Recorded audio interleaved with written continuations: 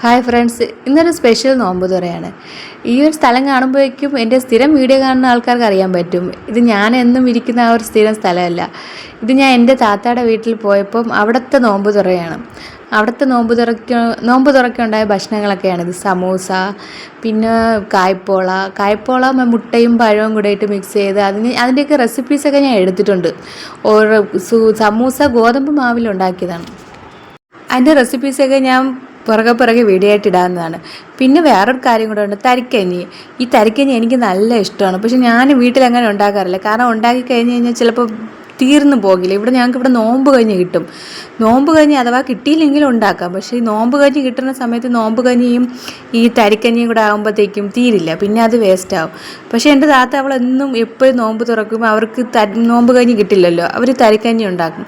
അത് നല്ല ചൂടോടെ കുടിക്കുമ്പോൾ ഉണ്ടല്ലോ, അതൊരു വല്ലാത്ത ഫീൽ തന്നെയാണ്.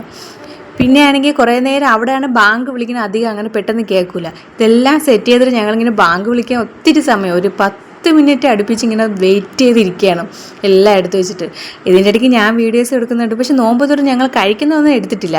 പിന്നെ എല്ലാവരും കൂടെ ചുറ്റും വട്ടത്തിലിരുന്ന് അത് നോമ്പ് തുറക്കുമ്പോൾ അത് നമ്മുടെ ഒറ്റയ്ക്ക് നമ്മൾ 1, 2, 3 പേരെ ഇരുന്ന് നോമ്പ് തുറക്കുന്നേക്കാളും എന്ത് രസമാണെന്ന് അറിയാം, എല്ലാവരും ഒരുമിച്ചിരുന്ന്. ഓക്കെ ഫ്രണ്ട്സ്, എൻ്റെ വീഡിയോ ഇഷ്ടപ്പെട്ടാൽ ലൈക്ക് ചെയ്യണം.